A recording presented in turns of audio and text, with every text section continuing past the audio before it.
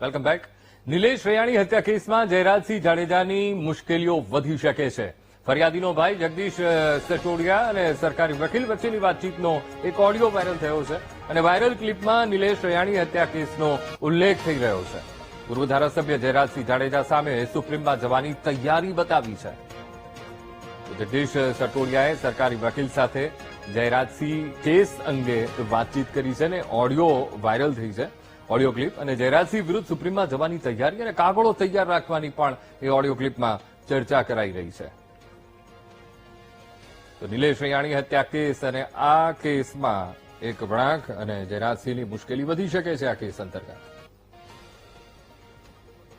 હા જગદીશભાઈ, મજામાં સોવિનભાઈ? બસ તમે કેમ છો? બસ મજામાં છું. ફ્રી છો 2 મિનિટ કે? હા હા બોલો.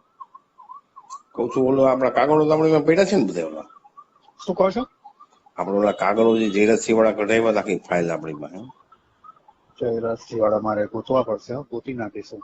એની તમને 25,000 રૂપિયા ફી આપી છે ને મેં સાહેબ હા આ હા, એ કાગળો. પડ્યા હશે, ફાઇલમાં હશે, એમ કરે ઓફિસમાં હશે. હમ. કાઢી રાખું કાલે. તો કાલે કાઢો ને, સુપ્રીમ કોર્ટમાં આપણે પડકારવાનું થાય છે. કઈ વાંધો નહીં. તો તમે તૈયારી કરો તો પછી સુપ્રીમ કોર્ટમાં કોણ એડવોકેટ રોકવાની બધી તૈયારી કરવી પડશે. એટલે ભલે વાંધો નહીં, કાલ કાઢી લઉં છું. બરોબર, પછી મને ભલે કહેજો. ભલે ભલે, કાલ સાંજે તમને રિંગ કરું. Okay sir. ઓકે.